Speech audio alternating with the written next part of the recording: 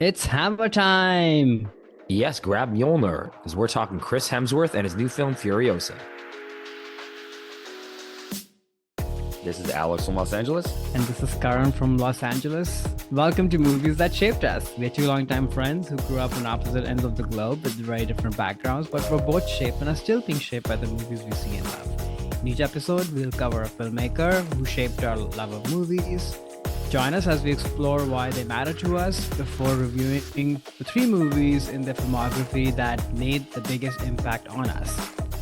So, to start off with a brief editor's note, yes, I do sound like I just got back from the Fury Road itself because I'm a little hoarse today. So, hopefully, the audience will bear with me while we also talk about Furiosa, the new Mad Max film that Chris Hemsworth is in. Yeah, so before we get into our thoughts on Furiosa, we'll talk a little bit about our relationship with Chris and his filmography. So, I'll kind of start. And for me, he really burst onto the scene in Thor. I'm a big fan of the character, reading the comics a lot growing up as a kid. And I really did feel that Chris really captured what Thor was to me when I was reading the comics. And we'll talk about actually how he evolved a little bit over the course of the films and how he portrayed Thor. But as I was really thinking about his portrayal of Thor over the years, what really nailed it for me was how Chris and this character of Thor, they hit on a lot of themes of masculinity and different steps in a man's life in terms of growing up and the different things that he goes through.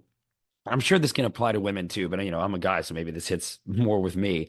And I thought that really added some like vulnerability and sort of coming of age to not only the Thor characters, but just into Chris Hemsworth. And I sort of associate with him a lot with like the modern man, how, what masculinity is. And that I know this feels like a personal connection for some reason to Hemsworth. It just really resonated with me a lot through the Thor films and also some of the other films that he's been in outside of that as I've followed his career. And yeah, I just kind of do feel like I kind of know the guy in a way because of this relationship that I feel like I built through the character of Thor, but in the way that Chris Hemsworth has portrayed that character. So it actually, he's one of my favorite sort of like newer working actors. And I think he's done an interesting job trying to transition out of the persona of Thor and out of the Marvel movies. It did that in this latest movie, which I think actually is very one of his best performances, honestly, when we'll get into that. But yeah, that's why Chris Hemsworth for me has really resonated. What are your thoughts of Chris Hemsworth, and how do you see him as an actor for you? I think, like you put it, he and Thor are kind of synonymous, and that'll probably always be for the rest of his life and Hmm. our lives. I I I think I've struggled with him as a performer, to be very honest. I think Thor, and we'll get into that, I think Hmm. he captures that really well. But I think it's difficult for me to parse actors whose main claim to fame and persona is a superhero, specifically in the MCU arena, because even though I did not grow up reading those comics, it's sort of hard to step outside of the actual comic character Hmm. and really take stock of the actor itself. Now, that could be a good thing. It means that they're doing such a good job portraying the character that they're synonymous, like I said. So, Hmm. obviously the Thor movies are some of the best ones in the MCU saga. So, a lot of that goes to Chris Hemsworth, and I've obviously enjoyed him. But I think there's been a distance that I've always felt with him. Maybe not so much as Thor, but outside of Thor. And I've been thinking a lot about that, just in preparation of this episode and watching a lot of his movies. And I'm excited to kind of get into that. I guess I have a bit of a thesis on why that might be, at least with me personally. Which is not to say that he doesn't show up. He's very committed, has worked with good people, good material. He's obviously, you know, is good looking, has that screen persona, but yet there is something that's never clicked for me. Mm. So yeah, I'm excited to explore that with you on this episode. Yeah, me too. Because like I was saying, I think it's sort of the opposite for me with him. Like something Yeah. did click with Thor, and then I've kind of taken that into these other performances. So that'll be really fun to get into the six movies that we're going to be discussing in his filmography. But before we do that, let's talk about Furiosa. So this is the new Mad Max film. It's actually called Furiosa, a Mad Max saga. So they threw Mad Max in the title somehow. So this is written and directed by George Miller. And the plot synopsis, the origin story of renegade warrior Furiosa before her encounter and team up with Mad Max. So this film stars Chris Hemsworth alongside Anya Taylor-Joy. What are your thoughts on Furiosa? Yeah, we saw this together actually last week. It was I really fun at know. the Chinese. We did not discuss it. So this is the first time I'm hearing what your thoughts are on the film. And maybe you can Yeah. start a little bit with some context on Mad Max too, for listeners in terms of where you were coming at this film from. So I don't really have a deep relationship with Mad Max. I have not seen any of the Mel Gibson movies, but obviously Fury Road, like everybody on the planet, was just completely taken over by this movie. So was I. So yeah, we covered this on the adventure episode. This was one of my picks. I think it's one of the most visceral experiences that I've had in a movie theater.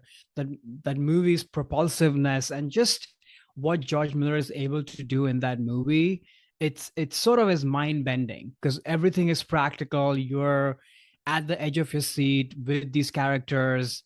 There's outlandish, outrageous stuff that's happening. At the same time, it sort of feels like an art piece in its own right. And there's something about the performances in that movie, particularly Charlize Theron, who just kind of carries that movie, even though it's Mad Max and Tom Hardy is very good in it. But you feel something very primal and the angst of these people and you know, and of course there are bigger themes at play here as well of sort of man's relationship with you know earth and what we've done and greed and you know finding this better place and better tomorrow. There's a lot of grand ideas at play in that movie, but at the heart of it, it's a smack in your face adventure action movie Mm-hmm. that just never misses a beat and you're along for the ride. So I'm a big fan of Fury Road. What about you, Alex? What sort of your relationship been with the Mad Max series? Yeah, so again, we talked about Fury Road on the adventure episode. I came into that movie having seen the original Mad Max films in Mm-hmm. college. I had rented them and did not really enjoy them that much. The Road Warrior, which is the second one, it's fine. The other two really aren't. I'm not really a big fan of Mel Gibson, so it wasn't like some beloved franchise for me growing up as a kid. And when they made the new Fury Road movie, I thought it was really weird they're even making it. Like this franchise wasn't even really that successful in the U.S. And I didn't actually see it opening weekend or even like in the first couple weeks, honestly, of Fury Road. So by the time I did come in and see it, it was like super hyped up for me. So it didn't Mm. really have this feeling of surprise and like, oh my God, what is this? No movie has been, ever kind of made like this, which is what a lot of the buzz was on the movie because it had already been built up kind of in my head. So I thought it was fine, honestly. I think it's an okay. I enjoy Fury Road, but I'm not gonna be part of the camp of like, oh, this is the best movie in the last 20 years, or this action movie is some Mm. historic, piece. But I think it's fine. So I was coming into this one actually with even yeah, it's similar, like kind of I don't really know what to think of it, tepid expectations. Yeah, I enjoyed Fury Road, but yeah, I didn't ask for a sequel to it. But I was curious and actually kind Mm-hmm. of excited that Chris Hemsworth was in it, to be honest. So that was sort of Awesome. where my head was at coming to this film. So then speaking of the film, yeah, what did you think then? I wouldn't bury the lead, which is like I think this movie is okay. Moments in the movie that obviously stand out. The filmmaking, the technical aspects are obviously, you know, on display. There's no question. There are particular sequences which for people who have not seen the movie yet, so this is a spoiler alert warning, but there are sequences around the oil rig truck kind of sequence, Mm-hmm. which is absolutely harrowing and incredible. You're on the edge of your seat. I think there are two big battles that happen in the third act of the movie when Tom Burke's character shows up and Anya Taylor-Joy and he are sort of fighting Chris Hemsworth. And then the final showdown between Hemsworth and Anya Taylor-Joy, like that's pretty riveting. So I think there definitely elements of Fury Road in terms of just that propulsive action, you know, the jaw droppiness of it, and you're in the middle of all this, and it's absolutely breathtaking. I highly encourage anybody who's remotely interested in watching this movie, go watch it on the biggest screen possible because it's Definitely. a super immersive experience. So I think if as a movie going person, I think the movie is worth seeing just for those big spectacles. The problem is that those spectacles, as amazing as they are, we have seen those in Fury Road. Hmm. So, in terms of what the movie's trying to deliver, there isn't much new, which is not a bad thing because these sequences are done amazingly. It's just that when you're going to mount a movie of this size and scale and go back to it, you do want something else. And though there is something else, and I'll touch on those three aspects of one, just Furiosa's kind of origin story, Hmm. Chris Hemsworth, Dementis, and then Anna Taylor-Joy, who's the grown-up Furiosa. They are new elements in here, and I think they all sort of deliver and sort of don't, in my mind. I think my favorite of all those three elements actually is the first act of the movie, which is when Furiosa is a young girl. I Hmm. think that first act, no, barely any dialogue, Hmm. and it's very tactile, it's emotional, there are fewer people, you aren't in the midst of sort of massive gadgetry and what have you. It just felt really incredible. It felt like a different movie, actually. I was like, oh, this is what we're doing. And that felt amazing and fresh. And the little girl who's playing Furiosa, young Furiosa, is absolutely amazing. Hmm. The actress who plays her mother is also amazing. And sort of just the kind of back and forth between the people who've captured young Furiosa and the mother, and how the whole thing leads up to Dementus, played by Chris Hemsworth. Like, all Hmm. that is absolutely amazing. I think Chris Hemsworth, and we'll get into this as we talk about the Thor movies, spoiler alert, because of course the Thor movies are on our That's lists. right. I think he's doing his funny Thor bit again, which I actually quite like that in the Thor movies, but I think a part of it is distracting from this movie, Furiosa, from the tone of it. And also, we've seen him do that in the past. And I don't know, I'm maybe a little bit tired of it because it's so broad. It was fresh when I first saw him do that in the Thor movies because it was like a new thing. Oh, Thor is fat now. Oh, funny. And it was funny. Hmm. But I think over time I've sort of lost interest in that a little bit. And then when his kind of switch happens to being this kind of sad, middle manager, lonely guy who's trying to kind of get up there and has a lot of angst and his own reasons, and he starts to kind of wear off in more dramatic territory. I think that switch sort of felt very jarring to me. So I think tonally, his character, his portrayal is just a little bit off in my mind from the movie, which is probably more of a script problem, I think. But ultimately, he is who we are watching. I will say, though, and I'll get to this as part of my thesis on Chris Hemsworth, which is that I did see him let loose a little bit in this movie, like Hmm. physically let loose. And I really think, as somebody who loves and admires actors, like your number one job is vulnerability. Hmm. And maybe this, I'm sort of speaking out my thesis on him, or at least part of it. I've never seen him be vulnerable. And this is not about yelling or crying, but like deep rooted soul level vulnerability. I've never seen that in him. And I saw glimpses of that in here, which was amazing actually. Hmm. But overall, the character doesn't work. And then coming to Anna Joy, who I'm also okay on. Like, she's obviously a very interesting looking person, has a lot of command and screen presence, but I'm not in the camp like I'll show up to watch her do anything. And I think, I don't know, I think she's miscast in this movie. Or maybe it's just difficult to fill Charlize's shoes, where Anya is from alien planet, even though we are in a wasteland, which I guess can be an alien planet. It just doesn't quite work. And I think it's not all her fault. I think, again, the script is the fault here. I think because ultimately she's barely there in the movie. Like, she doesn't show up for the first half of the movie, and then she finally shows up. And I think she's serious and quiet, and Chris Hemsworth is doing what he's doing, and suddenly the movie sort of becomes his movie, and that's where the tonal problem is, I think. Hmm. And yes, it's a revenge saga, and you're supposed to see her kind of, the simmering kind of boil that's happening throughout, from like a young age to when she's a little bit more grown up. But I guess there's so many other things that are happening in the movie that you sort of lose sight and touch with Furiosa, who is your lead character. So she doesn't feel like the hero in her own movie in my mind, because there's just so much of other stuff around her. And even though Mad Max Fury Road had a lot of that, there's something about Charlize and how the script is written that she gets some catharsis moments and big moments. And there's something just so quiet and broken and worn down in Charlize's performance that this is the sort of grizzled person that we are meeting later in their life, that she ends up being the center of the movie despite all the madness around her.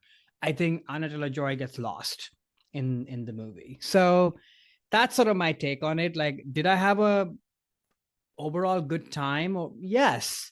I laughed at some jokes too. Was I wowed by the spectacle? Definitely. But ultimately, I ended up coming out feeling okay. Yeah, so I definitely liked the movie a lot more than you, I think. I actually Yeah. think I might have liked it better than Fury Road. Yeah. I think I need to maybe see Fury Road again. I mean, I thought for this, what in all the Mad Max movies before Fury Road 2, they didn't really have any continuity between each other. They don't really have much lore to what's really going on. They just sort of throw you into chase, and that's what the movies are.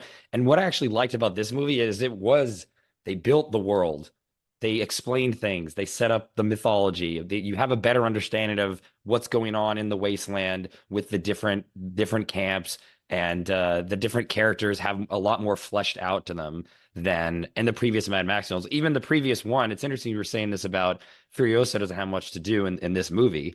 And Mad Max, especially in Fury Road, really doesn't do anything. And he's just sort of Yeah. along for the ride in his own movie. And it seems to me like they kind of did that with this movie, with Furiosa, especially in the second half when it does become a lot more with Chris Hemsworth. She just kind of goes into the passenger seat and lets another character drive the narrative, which again kind of happened in Mad Max with Mad Max and Furiosa kind of taking over. She was a lot more interesting in Fury Road because she was what the story was about, not really so Mad Max. And in this movie, I think it wasn't so much about necessarily Chris Hemsworth or even Furiosa. I just was much more caught up in the world because they sort of explained more. And that I guess I Mhm. connected with it a lot more than with the other movies, which are very much more just like visceral, roller coaster rides. Which again, I respect. And I think those action sequences in this movie too were very well done. But because I seem to care more about the characters and the world and the story this time, it just, I don't know. I think it worked for me a little more. I mean, it could also be, again, expectations, like I mentioned. I went into Fury Mhm. Road expecting some, thing that blew me away, and it was fine. And this movie, I had really no expectations. And I think actually I enjoyed it a lot more than, again, Fury Road. But I probably need to see Fury Road again. I haven't seen it since our podcast episode. It's not like in heavy rotation for me, but I really kind of connected with this movie more. I like the revenge element too, and we've talked about this in previous episodes. I just tend to like revenge movies. This reminded me a lot of a Kill Bill in a way, Mhm. of a woman out for revenge, much like in Kill Bill, and I just can latch onto that more so than I did in Fury Road. I mean, I hate that we're both comparing the movie just to Fury Road. I mean, but you kind of have to. You There's have to. you really do They have to signed compare up for those two. it by Exactly. doing Yeah. this movie. Yeah, exactly. And yeah, the set pieces were not anything new, like you were saying, but I still like they were incredibly well staged, especially Yeah. the one key chase with the oil rig. I mean, there's always a oil rig takeover scene in every Mad Max movie, Yep. and this one, even though it borrowed a lot from Fury Road, I do think was actually more interesting and bigger than the one in Fury Road. It's just like we'd seen it before, so the newness wasn't there. But the way that they were staging and also shooting that sequence was just I mean, I was on the edge of my seat for that. So, and I guess on Hemsworth, I'll touch on that, briefly too. I actually think that he did kind of steal the movie for me.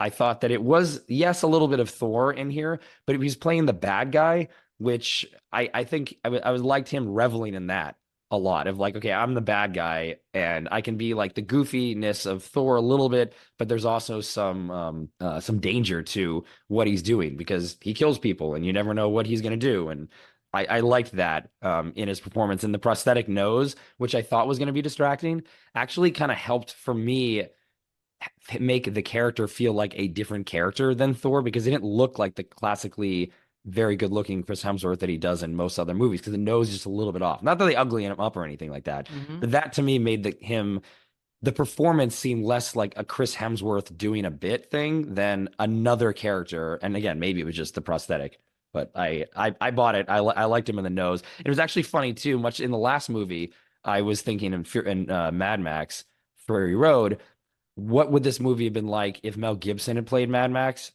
That kind of would have been very interesting. I couldn't kind of get that thought out of my head as I was watching Fury Road. And in this one, the same thing of like, well, what if Mel Gibson was playing Chris Hemsworth's character?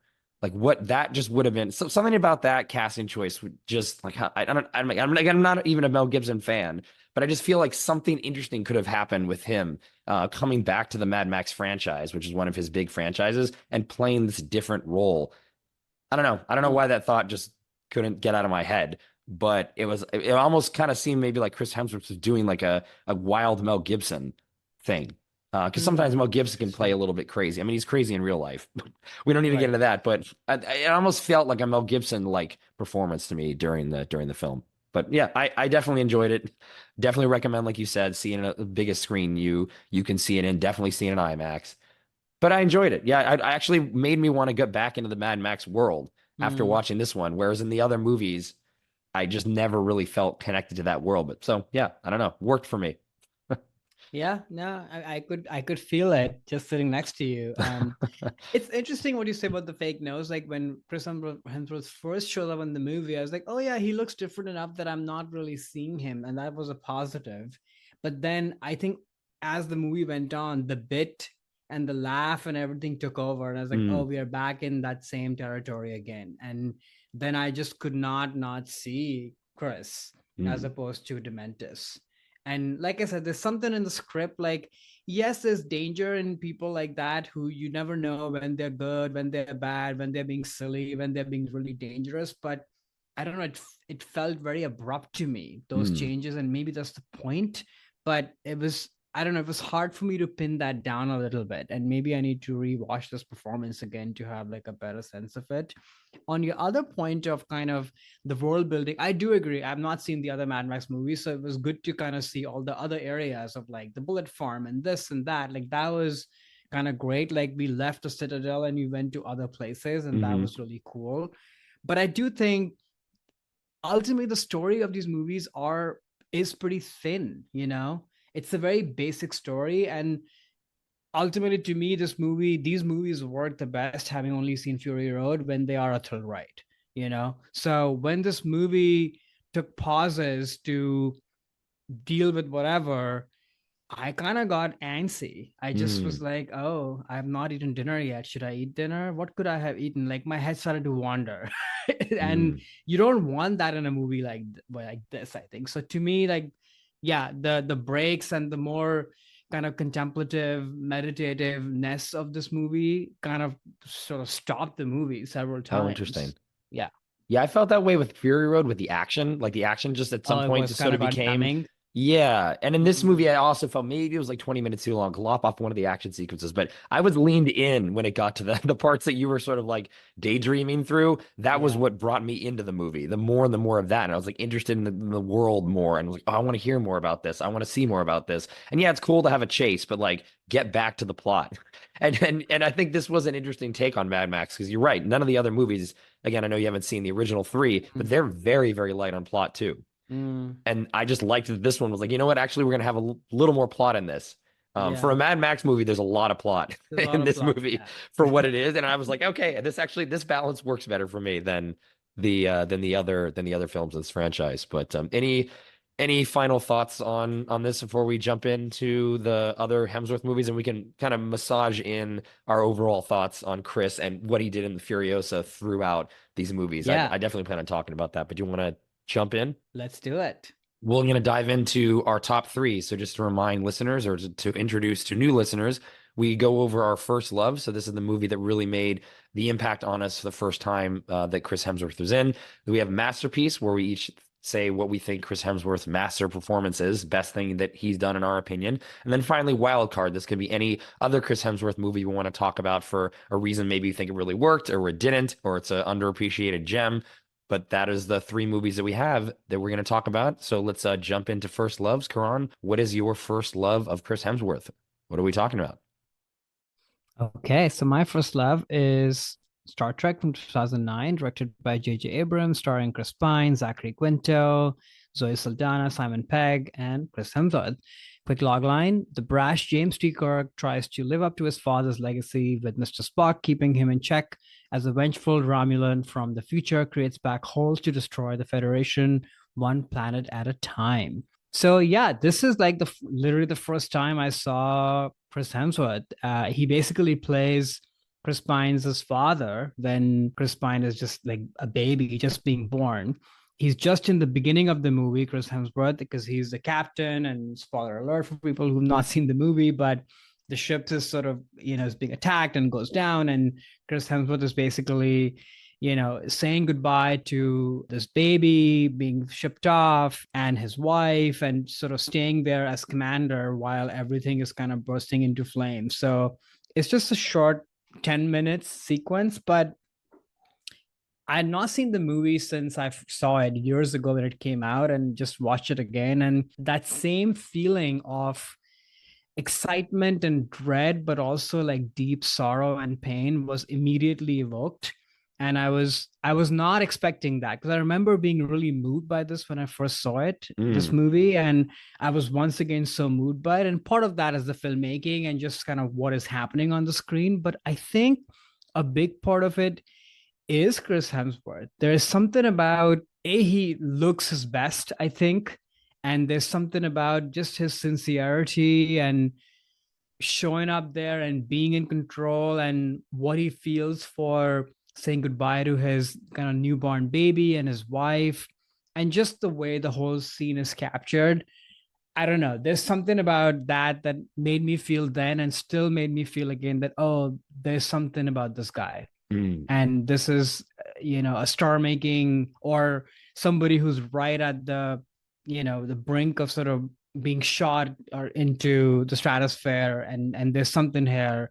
And I think he does that in his physicality and his face and his voice. And I think he's a very good British accent. He's done that several times in his Yes. career. So I don't know, it just sort of grabbed me right off the bat, and I just was like, oh, I'll be excited to see whatever he does since. So when we said that we'll do this episode, this is the first thing I put down, Oh, because interesting. I've Yeah. always remembered that.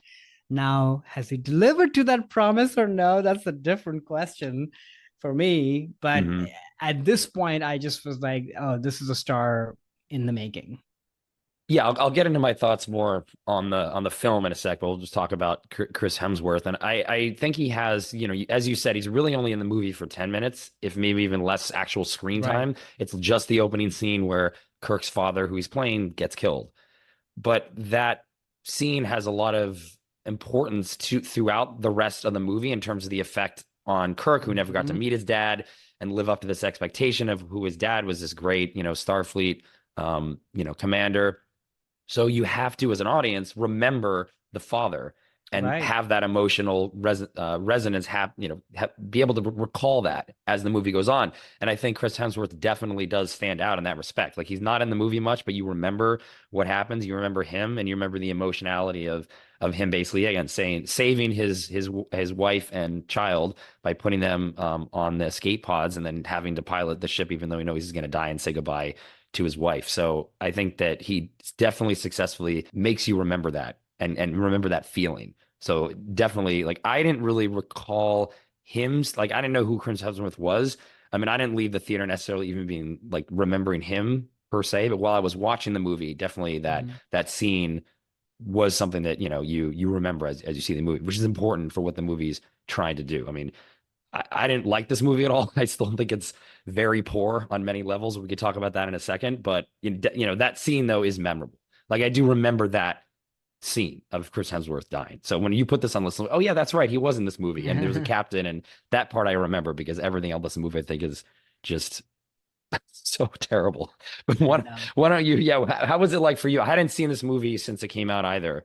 So what was did the movie work for you the first time, and how did it work for you Yeah. on the rewatch? Yeah, no, I like this movie when it first came out. Like, I'm not, I didn't grow up with Star Trek. Of course, know of it. I've seen maybe a few episodes, so I have no baggage to bring, but I just Mm, remember being really excited and a great thrill ride. And I was very curious to see how I would feel watching it this time after all these years. And I think it lived up. It's been a while since I went and watched like a kind of franchise special effects written kind of movie, especially after what's happening with MCU. And there's something very, I don't know, fresh, but also meditative about this movie. Like it takes its pauses, there's great character development, not all the CGI works, obviously is dated, but I think the story really hangs together. The performances are great. I think Chris Pine is amazing in the movie. So is Spock, Zachary Quinto, and Zoe Saldana and Eric Bana, though he's hamming it up and chewing a lot of scenery. But you want that from a villain like this, I think. And so I found it really entertaining, but also kind of moving. And I felt the stakes, that's the mm. thing that you want in these movies, which are often never delivered. That's why I tune out in these kind of movies, but I was with it. And then to your earlier point, I think Chris Hemsworth's character's impact, and I guess Chris's impact, does loom large on the entire movie. Hmm. And of course, it's in the plot, but also this kind of tension between father and son. Like they really are playing with that. The son who's become a rebel, even though he's very capable and Chris Pine, but then how he comes back to kind of almost, take the baton from his father.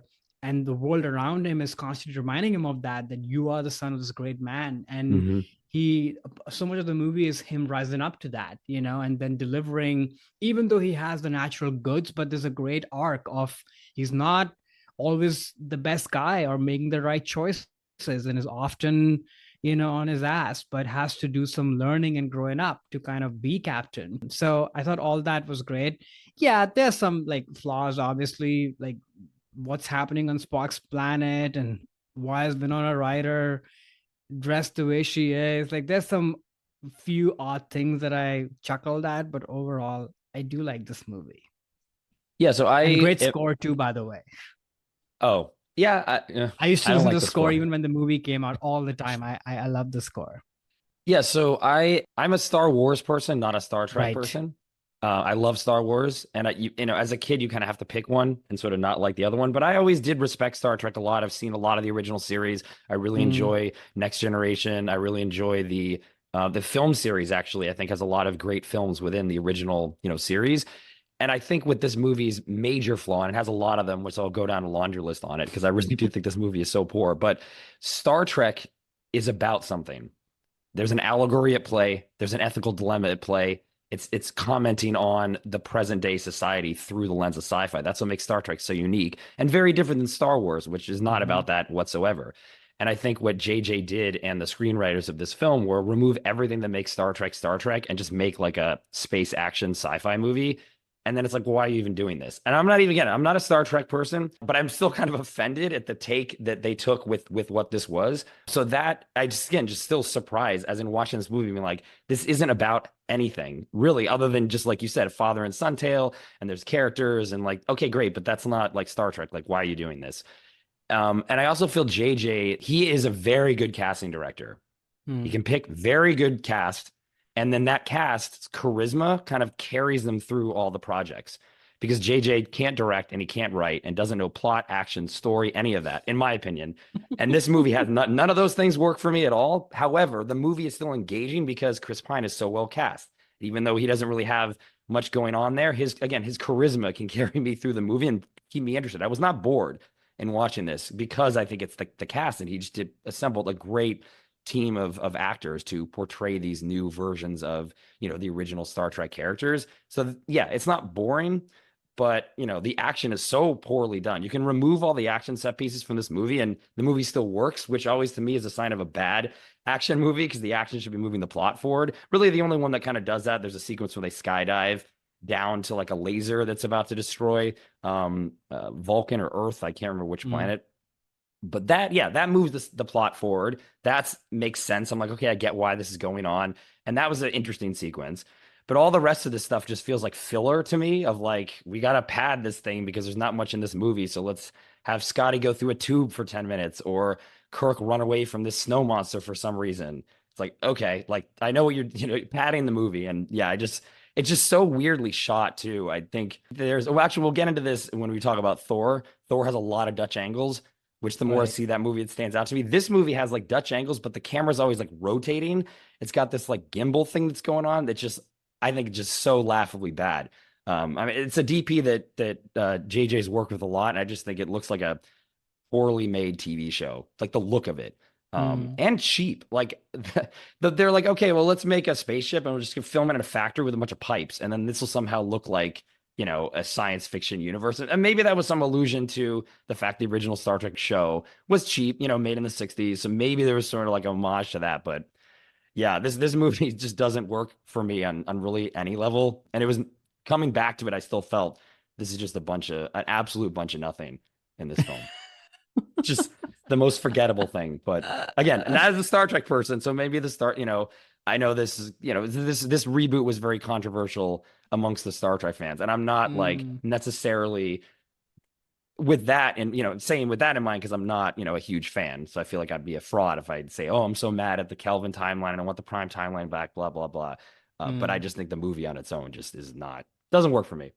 But it was fun to see Chris Hemsworth in it for 10 Yeah. minutes. And I do like Chris Pine. He's a good Yeah, actor. he's very good in the movie. I don't know.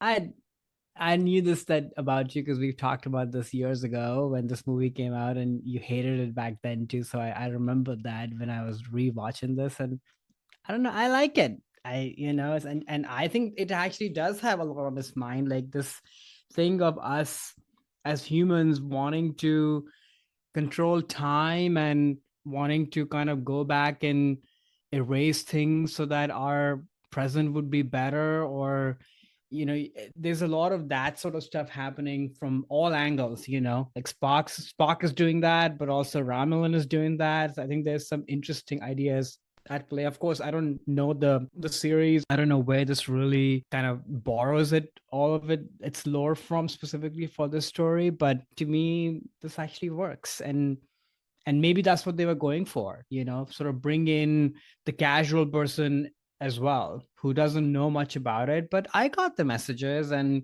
I thought it looked visually pretty interesting. I wasn't, sometimes these things are quite laughable when you have like hat on a hat on a hat and a fisheye lens on a Dutch angle on a this on a that. Like, no, we don't. Yorgos is not in the building, which is good.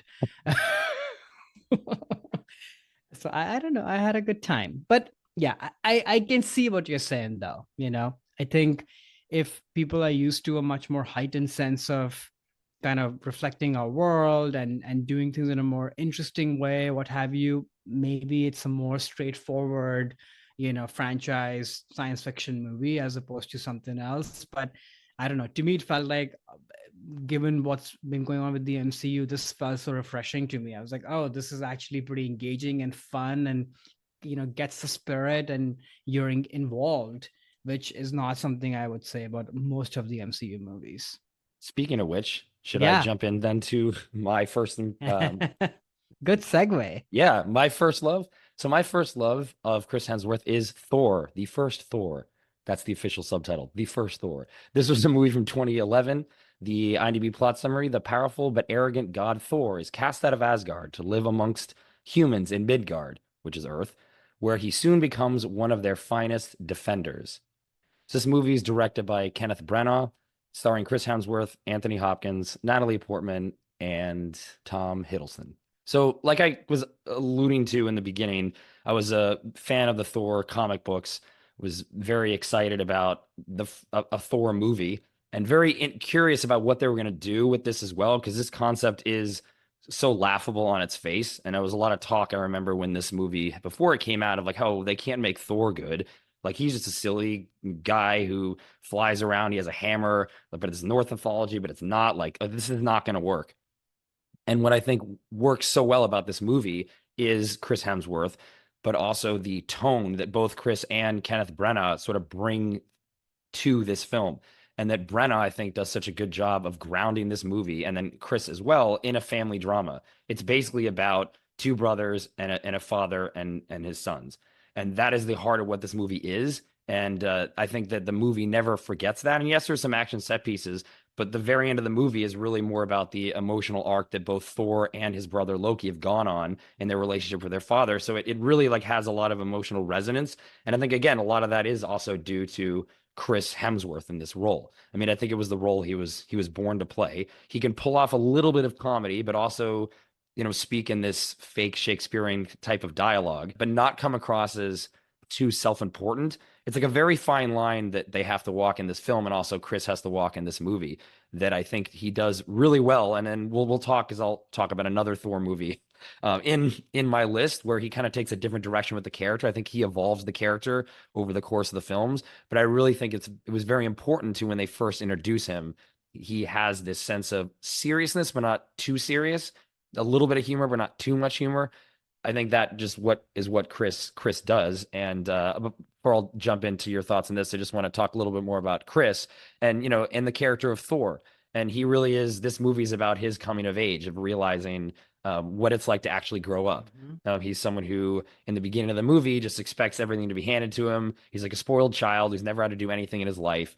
And by the end of the movie, he does learn what it's like to actually, care about another person. And that's what kind of brings him back to life in a sort of like Sleeping Beauty type way in the end, when he sacrifices himself to save the woman that he's falling in love with. That teaches him that humility and that empathy. And I like that there's a very clear arc in this movie, which again gets actually continued throughout the entire Thor character. But that really resonated with me. And that's, I think, for me, what always works with Chris Hemsworth is there is, yeah, on its face, he looks like, oh, this big guy, really good looking guy. Everything's fine with him. He's just cool. He's got his hammer. But actually, there's a lot more going on behind the scenes. And I think that subtlety is what he brings in here to this movie. And also with Brent out too. Like, he wanted to shout him out. I think he just does a really good job on this. But over to you. What are your thoughts on Thor, the first Thor?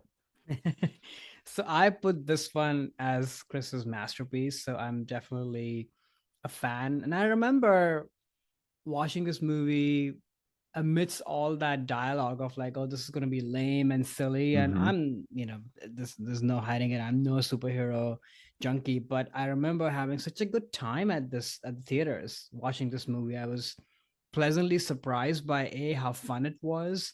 And then, like you said, I think there are two big threads. One is sort of the father and the sons, which brings heft and stakes to the movie. And obviously, when you cast someone like Anthony Hopkins, it immediately elevates the movie. And all, not to take away all the credit from Chris, I think all he has to do is react to his father, which I'm not saying is an easy thing to do. You still have to bring it. But I think the focal point of the movie is Anthony Hopkins. Like, what is going to happen with the legacy of Asgard, and who's going to take that, and are the two sons up for it? So that's sort of thread number one. And the thread number two is the brother rivalry, which is also very interestingly and deftly handled. There's Mm-hmm. humor there. There's a little tinge of care, but there's obviously a lot of jealousy and animosity, especially from Tom Hiddleston's character. And all that can not work, especially when you're dressed up the way you are in these silly costumes, but it kind of works. And I think kudos to both of them. When I first saw this movie, to me, Tom Hiddleston, who was a total discovery at this point, had Mm-hmm. sort of stole the movie, because Mm-hmm. I was like, whatever this guy's doing, like, this is really working. And Chris sort of felt like, he's the Margot Robbie of the Barbie, in this movie, who's the title character, who has a lot riding on his shoulders, but doesn't necessarily have the showiest part. But rewatching this movie this time, I sort of felt it more that, oh, actually, he does actually have a pretty tricky role to play. Like, you have to buy him. I mean, Mm-hmm. this whole thing is quite ridiculous. You have to buy Mm-hmm. him in this role. And like you said, there's like very thin lines between this becoming sort of like a stage play acting drama, where there are shades of that, of sort of, fake Shakespearean English accented sort of dialogue, but it also has to feel exciting, but also kind of real. Yeah, like you said, there needs to be a kind of an arc to the character. So yeah, it's all in the script, but I think Chris also delivers it. And a big part of it is just his physicality. I think Mm-hmm. you cannot you can tell when somebody's just like bulked up or padded up. It's different. I think Chris sort of lives the part, you feel that. And he has that boisterousness. He has a little bit of tinge of humor, but he's not dumb, but he's also not the sharpest tool. Like it's like an interesting kind of in between, which he really captures. And then I think all the Earth stuff with him showing up and his interactions with Natalie Portman and what's the other sidekick's girl's name? I forget. Darcy? Darcy. Yeah, Darcy. Yeah. Yeah. Like all that is pretty fun. I mean, Yeah. like I think Brana really does a great job at kind of imagining that, yeah, if like someone like this was walking around us, like it would be fascinating, humorous, but also, you would be attracted to whatever this is, right? Hmm. And I think all of that is captured in Natalie Portman's scientist, long lashes, perfect hair, perfect makeup person running around. It's pretty hilarious to Yeah. watch her in this movie, by Oh the yeah, way. definitely. Yeah, and it's like a Yeah. fish out of water, which I think is a good Right. way of how to tell the Earth part of the story and versus the Asgard part of the story is played a lot more seriously in this film specifically. But the levity comes through the, oh, how's Thor gonna go to Denny's and he gets, Yeah. he throws down the mug and breaks it because he wants another cup of coffee. Like that stuff is fun, and he shows his comedic chops, I think, starting to come through in those scenes. I agree. The Earth stuff really works for me too in Yeah. this film. And I think, again, to come back to Branagh, I think he knows what he has at his hands. Like, there are a lot of MCU movies where the stakes are very high because the world is about to collapse and they feel very self serious, or they can feel really goofy. I think this movie is pretty light on its feet. I think he knows that this is sort of like a Shakespearean kind of stage play Hmm. with all these relationships at the center of it, like we both said, but it's not super self-serious, which Hmm. I like. Like it sort of flies by, you're entertained, and you take away something from it. You're moved at points. Now, what doesn't work, maybe on a rewatch, is all the CGI. Like all Goldilocks Gold Town does not work. It Oh, you looks mean pretty Asgard? bad. The Asgard stuff? Yes. Yeah, these were cheaper Yeah, movies back then exactly. for sure, as Marvel was starting Yeah. out. Yeah. But yeah, I think you're with the Brenna piece, and really, I think you're nailing it on that. And I think what makes the MCU so special and unique, I think, is because these movies are about the characters more than anything else. Like the plots really Hmm. aren't as important. You see these movies because you love the character, and they go on arcs through multiple Right. different films. Like the characters are changing all the time, whether it's Iron Man, Thor. Captain America is the exception to that. He doesn't change, but the world does, and that then the reaction to how he changes with the or how he doesn't change, where the world changes, what makes it interesting. But Hmm. I do think that they really nail the character of Thor in this, and they have to, and that's why these MCU movies are so special because it's characters first, and I think Brenna and Hemsworth kind of bring that to bear in how they handle Thor here. That's why he gets 4 films, Yeah. more than any other character. Actually, they all have trilogies. He actually got a fourth one because I think the audience was resonating a lot with what the Thor character was becoming and wanted to continue on his story and his journey. How successful that fourth one was, debatable, but it's Never just seen it. interesting. You sorry? Never seen Oh, it. you never see it? Okay, it's definitely worth checking out. Okay. Um, for kind of where they end up with his character. But yeah, I think you know, like a lot of the credit is Branagh, but a lot of it also is Hemsworth. Yeah, I do think about like, can somebody else play this role or could have been cast in this first movie? The Mm. answer is probably yes. I think to me, the crown really is on Branagh's head. That said, Chris is able to wear the costume really well. He And looks I good. mean physically and metaphorically, Yeah, and carry this character forward and make it his own. And like we've been saying, like this character will be associated with Chris Hemsworth till the rest of the time. So there's that. absolutely. Yeah. Actually, on that note, so this was your masterpiece, Mm-hmm. Thor, the first Thor, and my masterpiece is Thor Ragnarok, Thor the third Thor. So this movie came out in 2017. The IMDb plot summary: imprisoned on the planet Sakaar, Thor must race against time to return to Asgard and stop Ragnarok, the destruction of his world, at the hands of the powerful and ruthless villain Hela. This is directed by Taika Waititi, starring Chris Hemsworth, Tom Hiddleston, Kate Blanchett, and Tessa Thompson. And I think what makes this movie, your point on anyone could have played that first Thor, probably was true. I mean, the character was written before Chris Hemsworth was cast. And what I think makes this movie, in my mind, the masterpiece is I feel like Chris is bringing really a very unique stamp on Thor and taking a character in a direction that I think played to his strengths, which really is his humor and like jovial personality. Like the first Thor, like we mentioned, yes, it does have some comedic elements in it, but this movie is the character of Thor is a lot funnier. And I think, again, that is Chris Hemsworth's natural charm and comedic abilities, which I think we've seen in Hmm. several movies in his career. But this one, I think, really cemented it, at least in my mind, of, okay, this guy can do comedy really well. How he plays off of Tessa Thompson, how he plays off of the Hulk. This turns into a buddy movie for a little bit. And I think a lot of that is just Chris Hemsworth charisma and taking Thor in a different direction that was very different from both the first Thor and the second Thor was a lot more serious. The second one, The Dark World, and here they're returning to comedy but kind of maximizing a little bit, and then putting Thor in another sort of fish out of water tale, but this time on this alien planet that's super interesting and very creative visually. And to me, this movie just works because of Chris.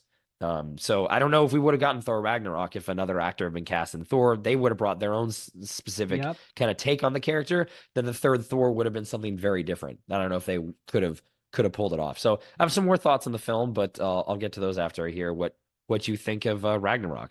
I almost put this as a masterpiece for me too, but there's something about just the origin story and just, Yeah. how out of left field Thor is as a movie. But I think, yeah, this is the movie where he comes into his own. There's no question. I think we've seen him do comedy, like you said before. And he, along with Taika, they kind of shaped this Thor character, but also just the tone of the movie in general, which is sort of goofy and silly, light on his feet, very buddy. And it's just a really good time, and everybody's having a good time. You can see it. Even Kate Blanchett is sort of having a great time, being Hela and just being crazy. Mm-hmm. I enjoyed it a lot when it came out. It was such a one of those memorable experiences of sitting in a movie theater and everybody just like eating it up, and Uh-huh. you're eating it up too, and that was pretty memorable. I just think maybe it's just me, but this sort of like slightly broad but goofy, oh, but I'm sort of a bro, but I can also be funny. It's just not super memorable to me, and that's sort of that, and that's maybe my issue. One of my issues with him, like all I can imagine is like somebody who looks like him, sitting by, I don't know, the fireplace on the beach or with his buddies and just, cracking jokes. And most of that's easy to do. It is hard to do and make that look cinematic and interesting. It's just not my kind of humor. Now, did I have a great time at this movie? For sure. And rewatching it was like a lot of fun too. But Mm-hmm. as that started to roll, I was like, oh, I've seen this now so many times. Like it doesn't, I guess what I'm trying to say, that it didn't have that surprise factor the way it did when I watched this movie the first time. Mm. And that's what sadly happened with Taika as well. Like the town has gotten sour on him now, right? Because his sense of humor that felt really fresh, like this movie and Hunt for the Wilder People and what have you. And then suddenly Taika is doing like a million things, Right. and now we are done with Taika. Mm-hmm. And so I think there's something about that. Now, I think Chris can and will prevail through that because there's more to him, I think. But I think there's something about this sense of humor, Taika plus Chris's bit, which is just a little bit, I don't know. I hate to say the word boring, but I don't know. It just doesn't feel very interesting and surprising to me anymore. Wait till you see the fourth Thor. Oh, there's more. Well, yeah, the fourth one, they dial it up too much, and that's where, Oh, yeah, it's like all like comedy, and they lose a lot of the oh, pathos. I still like it, but most people think that's a very weak entry in the mm, franchise. But with your points on Chris, like, yeah, the on the face, like for me at least, on the face of, yeah, just sort of like a dumb kind of jock humor, but yeah, he also can pull off the pathos of what the Thor character is going through in the movie, and it's that dynamic, at least to me, that resonates with Thor, but then true. also with Chris. I mean, this movie is about the loss of your father, like, your dad dying, and then you having to, okay, how do you fill these shoes at all? Like, are you the same king? Are you a different king? And then the lesson he Mm-hmm. learns at the end of the movie, which is, Asgard is not a place, it's a people, and the decision to Mm-hmm. destroy the planet to save the people, is something that the Thor in the first movie never would have done. In a million years, he would not have Mm-hmm. taken that loss. He would have kept fighting, even though he shouldn't have. And I think that is the emotional resonance of that movie, especially that scene where, Hela is basically about to kill Thor. Thor doesn't have his hammer. He lost his eye, like all these things. He's down. And then there's a brief moment he like flashes and talks to his dad, who explains, Oh oh, yeah. it's been in you the whole time, like that kind of, Ruby Slippers thing. It's like, oh, you could have, you are not your hammer. You are you. And it's not these trappings of a king that make you the king. It's what you can do. And then he can, then he conjures a lightning because he realizes he doesn't need the hammer that was destroyed. But yes, it's an amazing action moment. And, when the Led Zeppelin kicks in, it's just like phenomenal in terms of the Yeah. action scene. But before that, there is, at least to me, like that emotional resonance of like, oh, wow, yeah, like this is Thor is making a big realization about who he is as a man and then as a king, that I think Chris Hemsworth can pull off that too. It's not just like the dumb jock humor, but that other level is something that I think this movie handles both of those things really well. That in the fourth one, I think it's too funny and not Mm-hmm. enough of the pathos. At least Mm-hmm. with the Thor character, they put it in another character, and I think that's where it's not really working. But this movie to me is a perfect balance of what they're pulling off to it, and it just yeah, I watch it often. It's really easy rewatch of an MCU movie. You can kind of throw it on. It's really fun to have on in the background or just kind of revisit it. And I was enjoying revisiting it for this movie too. I mean, in Taika, yeah, like I think the town has soured on him, and I don't know if it was him or his DP or what, but this was one of the more interesting looking Marvel I movies. would I think agree with that. Yep. definitely the criticism of they all look the same, they're all kind of flat and nothing interesting visually going on is true with the bulk of them, but this one way stands out of super interesting compositions of where they pull the shot back. And I love the beginning, they're getting chased by the dragon. It looks like it's Mm-hmm. ripped from like a heavy metal album cover from like the late 70s or whatever. It's just like Yeah. amazing aesthetic. And the world is just so interesting looking. This Sakaar looks right out of the comics with like a Yeah. Jack Kirby design aesthetic, and it's cool and very fun to see. So I like those elements, and that I think Tyga brought to this movie. I agree. Yeah. It looks amazing actually. Even now on a rewatch, and forgive me, I was watching it on iPad, just trying to fill in time, and it still looked great. So, and the score and the beats and the needle drops all work. Like I remember Mm, even the trailer had the that's Led right. Zeppelin song, and it was like so propulsive and exciting. Yeah, So I agree with the pathos, and I don't know. I'm also like, yep, Anthony Hopkins is here back doing his thing. So he there's can also do it. that. Like he Yeah, just he can do it nails in his it. sleep. And yeah, exactly. All you have to do is again, not shortchanging Chris. You have to react and be present. And he Hmm. does that. Hmm. So there's that. Okay, after being on Asgard for a while, I think we're moving on from the Thor character as we get into our wild card choices. So, what is your wild card for Chris Hemsworth, Karan? All right. So my wild card is Rush from 2013, directed by Ron Howard, starring Daniel Bruhl, Chris Hemsworth, Olivia Wilde, quick logline. The merciless 1970s rivalry between Formula One rivals James Hunt and Niki Lauda. I had not watched this movie since it came out, but I remember watching this movie and maybe for the first time feeling that, oh, Chris Hemsworth actually can do kind of non-Thor stuff as well. Hmm. Just being blown away by this movie in terms of how fun it was, and it got kind of the action and the spirit of Formula One racing, but then also it's a period movie. It's pretty transportive. You're in the 70s, and then really at the center of it is this relationship between these two guys, played by Daniel Bruhl and Chris Hemsworth. And I think rewatching this movie recently made me feel once again this is kind of an underrated movie. I think it sort of goes back into something that Ron Howard often gets blamed for, but also kind of is a secret kind of weapon, that he's sort of a journeyman director, right? Who can Hmm. come in and handle movie subjects of all kinds and tell a pretty straightforward but good solid story. And that's what this movie is. But it does have some flair to it and some flourish to it. And I think that the juxtaposition of these two guys in terms of their philosophies over life and how they think about racing, how they think about masculinity and the clash that comes between them as a result of those different philosophies, but then also this sense of mutual admiration. Like they actually help each other, Hmm. even though it might be destructive, at least in the beginning, but they kind of become each other's foil, if you will, in real life, but also in the movie. So I think the movie actually gets all of that really well. In terms of Chris and why I put this on a wildcard list was, I think I was saying this a little bit earlier, that I rarely have seen him be vulnerable and kind of really inhabit a character fully. And he's done that with Thor, but I think let's just face it, Thor is a mythical, godlike character. Yes, he has pathos, he has humor, but this is not somebody who walks amongst us, you Right. know? Right. I've not seen Chris sort of be the guy who could be with us, you know, amongst us and kind of really portray their humanity and their soul. And I think there are glimmers of that in this movie. In some ways, this character is actually not that dissimilar from Thor. He's just a Hmm. race car driver in the 70s. Like he's arrogant and over the top, and, you know, people are falling all over him, but he does have potential and he is good and he has talent, but it takes a little bit for him to realize his own humanity, overcome his arrogance, and make something of it. And a lot of that happens because of Niki Lauda's character and the accident and what have you.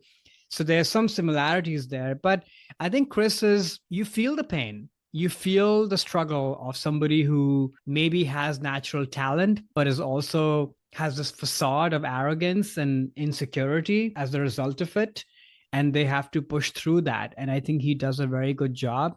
I also think the whole 70s kind of silhouette and the look really looks good on Chris. I think he's looked the best in this movie as compared to any other movie, at least for me. I think he Mm. he looks good, like lean and with like longer hair, like he looks great. And so that said, though, and I'll pass it on to you, Daniel Bruhl ends up stealing the movie. Ultimately, it's his movie. It's Niki Lauda's story, I think, which is why this movie is not really thought of as Chris's movie, I guess. And let's face it, the cars are the real hero of the movie, Mhm. essentially. But I don't know. I like this movie a lot. I enjoyed it just watching it again. And I think Chris is very good at it. What did Yeah. you think? Had you watched it before when it came out? No, I'd never seen the movie, but I'd always heard sort of good Ah, things about it of like, oh, this is a solid sort of sleeper that I don't think it did very well, but it was a movie no. that was like well talked about. So it was nice to see it. I'll talk more about my thoughts on the film, which I did enjoy Mm, in a second. But on the Chris point, yeah, it was interesting because I was, I guess, expecting the movie to be more both of their stories, and it is in the beginning, but then it really does, like you say, become Daniel Bruhl's story, and the Chris Hemsworth character and the actual guy is used more as a counterbalance of trying to say sort of what Daniel's not. Daniel's doing this because he was a rich kid who just wanted to race and then prove that he can do this outside of the family business of some finance or investments or something. right. So he's out there to prove something to himself and to the world. And Chris's character is just like in doing it because he likes it, and that's it. I don't think there's anything larger. It's just two different, like you said, life philosophies. So Mm, having the different life philosophy of Chris Hemsworth compared to then what Daniel Bruhl's fighting, all these internal demons, and then obviously external things with his horrible accident that he was in mhm. and terribly scarred. It's Chris does a good job of like being that counterbalance to what Daniel Bruhl's going through. I was not expecting it to turn into his movie. But it was great. Like I think he did a great job, and that story is just so incredibly fascinating. I didn't know Mhm. any of this. I don't follow F1 at all and know much about racing, but so it was all new to me. Maybe this is all common knowledge of what this was to people that like racing, but I thought the movie really handled it well. And that last scene between the two of them in the airplane hangar when, Daniel Brewer really realizes, oh yeah, no, he's doing this just because he likes it. And there's Right. nothing else there is a really, I thought that was kind of powerful, honestly. Like the movie sort of snuck up on me in that moment. It's like, oh, this Mhm. movie is really saying it's about something and this is what Mhm. it's about. And I thought that was just very well handled in the script, but then also just with the performances and obviously with Howard, like you said, a journeyman director, he just nailed that. That really, it could have come across as sort of cheesy or really underlining this is what the movie is. But I don't know. I thought that really left an emotional impact on me. It's like, oh wow, okay, cool. This is who these guys are, and this is two different ways of living life, and one's not wrong or anything. It's just why you do the things that you do.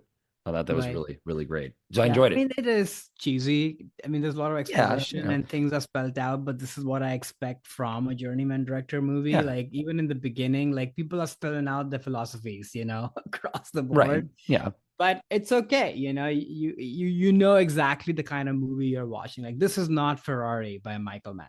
No, absolutely not. Yeah, no, absolutely not. And I will just say too, I want to give Ron Howard credit to the racing scenes. I Yeah, thought were very well just shot. incredible of not only putting you in the cockpit.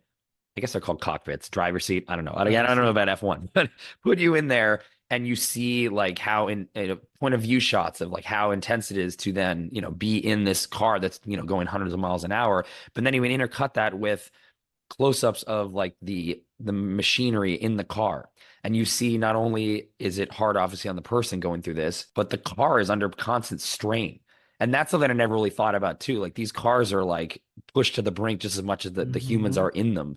And I think he did a really good job of like cross-cutting between those things where I do feel like I understand what it's like, but then also appreciate the job that these guys do and the skill that it is to actually just drive a car. It's not just like driving a car. There's a lot involved in that. And I guess again, someone who doesn't know anything about racing, I came across with a more appreciation of the sport from this film. And I think a lot of that is how Ron Howard shot those racing scenes, which is Yeah. so intense. Even the final one where it's in the rain in Japan, and I'm just like, Yeah. what's gonna happen? Like, this is like almost hard to watch because it's so Yeah. like, oh my God, like it's so dangerous. But they're doing it. Totally.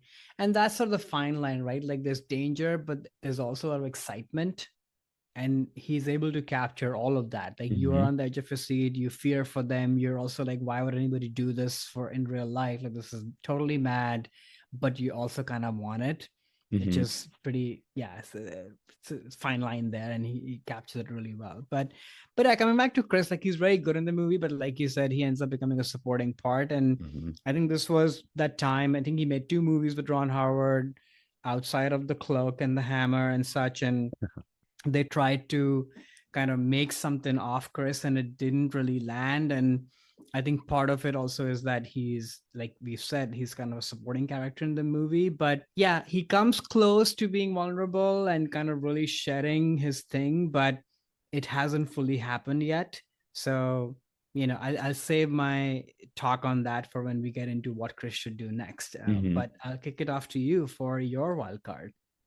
So my wild card is Blackhat from 2015. This is a movie. Yeah, Speaking that's of right. Michael Mann. There we go. Yeah. Michael Mann directed the film. The IMDb plot summary: a furloughed convict and his American and Chinese partners hunt a high-level cybercrime network from Chicago to LA to Hong Kong to Jakarta. So Chris Hemsworth also starring Viola Davis and Tong Wei. So I brought this film in, and I'll just note too, like this is the director's cut version of the film, which is pretty different from the theatrical version. But I brought this film in because I think this was another attempt for Chris to move outside of relying on his physicality a lot and see if could he be the main character in a movie that is very internal. I mean, all of Michael Mann's movies are about the Mhm. interior struggle of a man, and that's what Chris Hemsworth's, trying to bring to this part in the film, and not rely on his humor that got him through Thor. And again, his physicality does come into play towards the end, because you do have to believe that this guy can go up against actual like terrorists with guns and knives and fighting. But that's not what the movie's about, as again, no Michael Mann movie really is.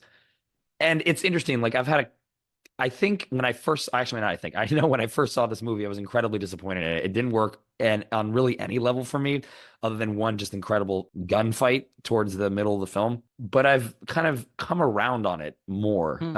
And actually, especially after the director's cut, I think the movie works better in that order of the plot.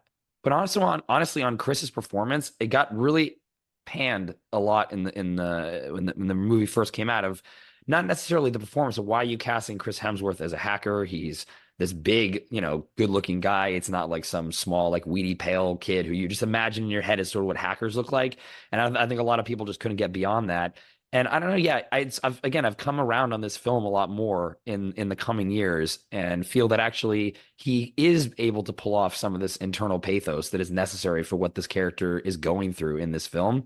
So it kind of now starts to work a little bit more. I mean, the film works better than his performance to me now, but I'm kind of coming around. I think maybe this movie will raise even more in my mind when it comes to his performance over time as I continue to watch it. But I was curious on your thoughts on this film, and had you been black hatted before Yeah. for this podcast? No, I didn't watch this movie after all the hate it got.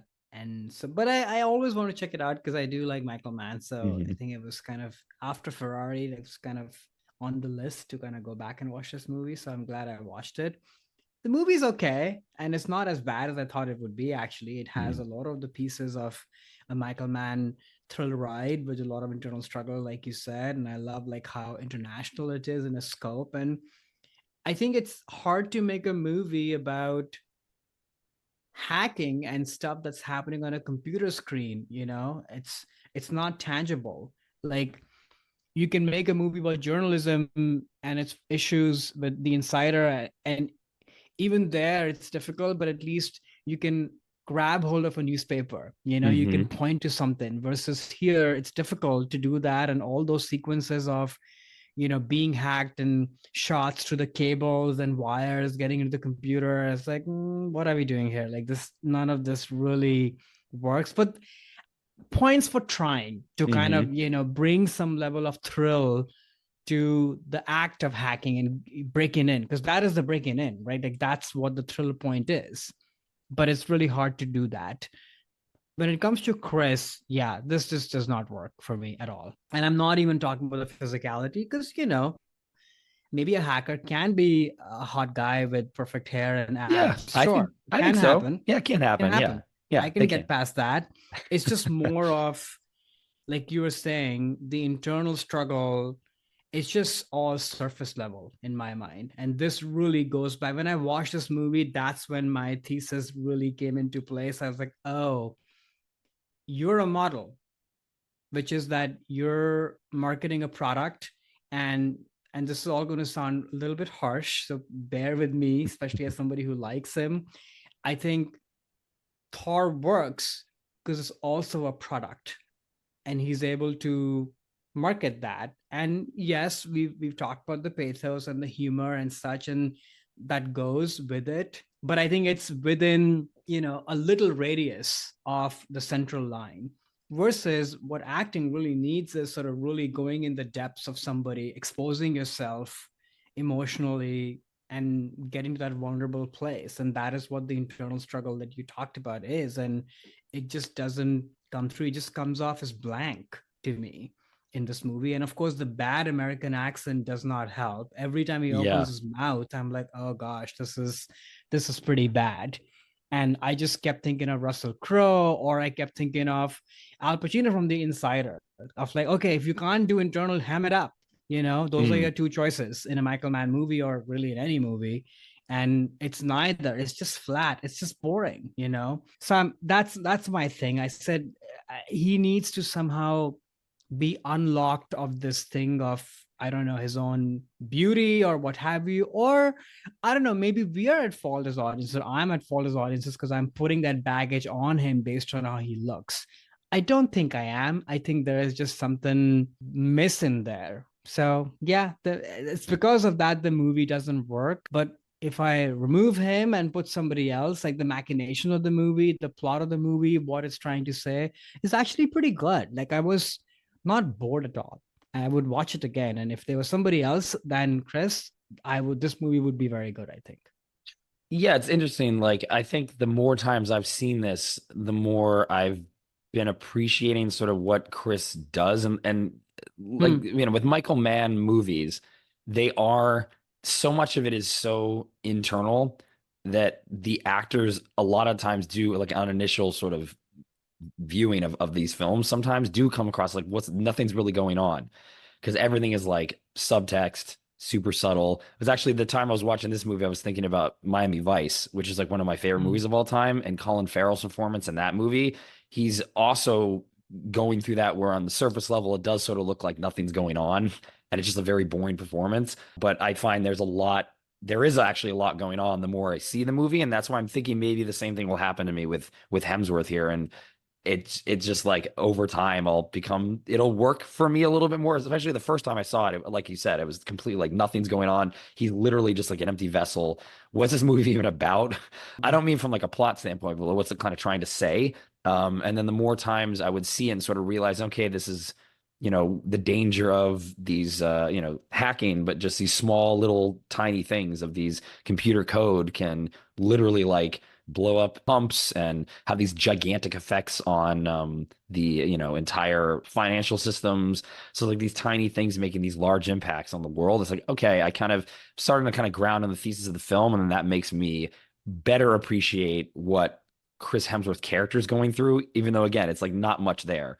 And that the actor, it's a lot on the actor's shoulders. And Yeah. yes, he's not a Colin Farrell, but he's definitely not like a Russell Crowe either in like The Or an Adam Insider. Driver. Or Adam Driver, right, from Ferrari too. That also, He's so on good in it. surface level, it looks like kind of nothing could necessarily be going To me, on. it was amazing. No, yeah, Like, no, it yeah. it definitely is. But I think this is Chris trying to step into that, and then maybe for me, it's just going to be I'll gradually get ground down over time and start finding things in it, which can happen a lot with me and Michael Mann movies anyway.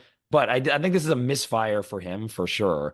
But it's one that I've been more interested in as I've continued to see this film a lot. So especially on this viewing, actually, I something about his performance worked for the first time for me a little bit more. I don't, again, it's hard to kind of describe. And again, it could just be the more times I see it. Folks haven't seen the movie. I do think it's worth checking out. Over time, it will grow in appreciation. Maybe not to the extent that Miami Vice has, which at the time also was something that was passed over, and now it's viewed a lot as a masterpiece by a lot of folks. I don't think it'll get to that level, but if you have not seen it, I do recommend trying to seek it out, and definitely trying to find the director's cut if you can. They make some major changes in how the plot unfurls, and it Mm. works a lot more than the original theatrical version, in my opinion. So speaking then, we're talked a little bit about what we potentially think Chris should go and do next. You kind of started on that, so why don't you kind of finish your thought on where you'd like to see Chris go next? Thor Yeah. 5, Thor 6? Oh, no, none of those. And which is the problem because after I watched Blackhat, I was having really mean thoughts of saying maybe nothing. Nothing. Oh no, he should retire. Yeah, that's where but then the next morning when I woke up, I was like, no, no, no, that's just too harsh and that's crazy. So, no, I don't want that. I don't want that. I think I have a few directions. I think working with a comedy genius director, and it's crazy, we mentioned Adam McKay so many times on this podcast, but I would love for Chris to be in the hands of like a really witty and smart, subversive kind of comedy director and see what they do with him. And I hate to say it because I know the Academy and people at large kind of eat up the whole transformation thing, but I think Chris needs that. I think I need to see that, and maybe that physical transformation will help Chris also emotionally transform, and get to a different place, which, like I've been saying, I'm yet to see it. So that's sort of my kind of number one. And number two is I know this director is sort of in director jail now, sort of, I guess, or nobody cares, is like Nicholas Winding Refn, someone like that, who plays with Chris's exterior beauty and what have you and just totally subverts it. Like he still looks himself, but maybe he's playing like Dementus, like a bad guy who's, Mm-hmm. you know, the plot is about his beauty, but there's a lot more other darker stuff going underneath.